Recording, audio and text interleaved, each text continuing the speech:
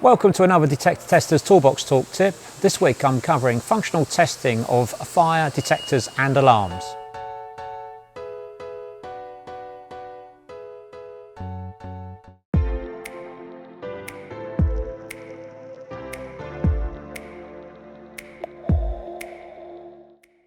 Functional testing of fire alarms and detectors involves applying smoke, heat, carbon monoxide or any combination of those as appropriate for the detector or alarm under test, and the idea is to prove that it actually works as it should. The standards describe a functional test as the application of fire-like phenomena, which could be smoke, heat or carbon monoxide as appropriate for the detector or alarm under test, to travel unhindered from the protected area, which is the room, into the chamber to cause an activation.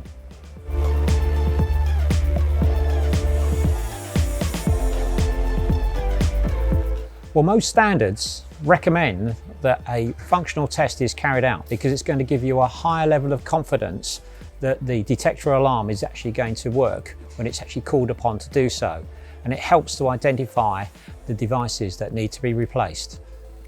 Residential alarm manufacturers recommend that the occupier carries out an electronic button test on a weekly or monthly basis as appropriate to test that the device works correctly.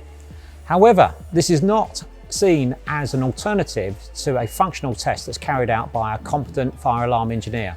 Electronic or self-testing isn't compliant with national or international standards for commercial fire detection systems, nor is not testing them either.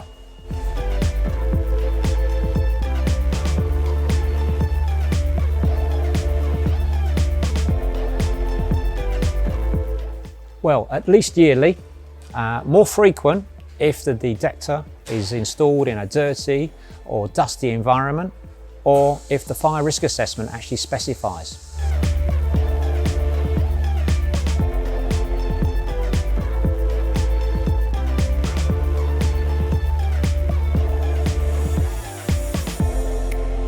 Standards indicate that the functional test equipment that you should be using must be endorsed and approved by the detector and alarm manufacturers.